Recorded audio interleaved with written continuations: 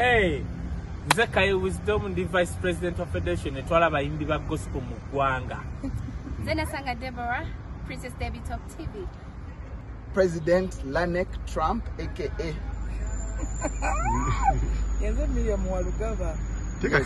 Tuli wano kwebaza Mukama olw'abaganda baffe abali mu ddwaliro Prince Mugisha ne MC Honest.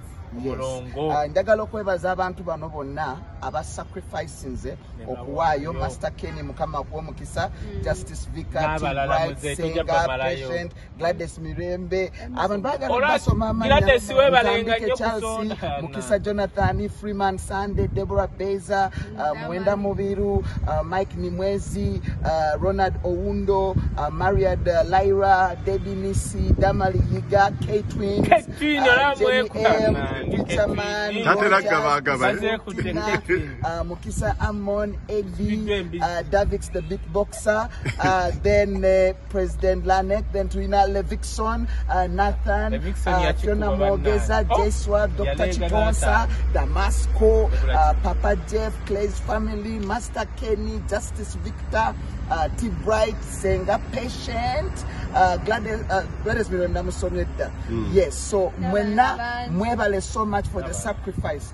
Pastor Shadrach, you can indicate the center maker. Pastor Shadrach, I see the kid Twala Namwetano. Yes.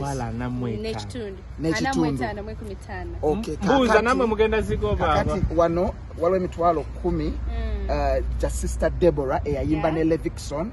Then jine mitwalo 2 Diva Eri President Lanek. Wow. Thank you so much, President Lanek.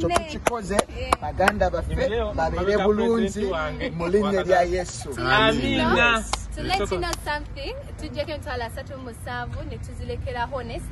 Asatu musanvu tugenda straight up Prince Mugisha ela tugenda right now. Amen. Nolala mukolanga bwe mutu. N'omukwasi wa kamera mugambe abadde mabega wa kamera.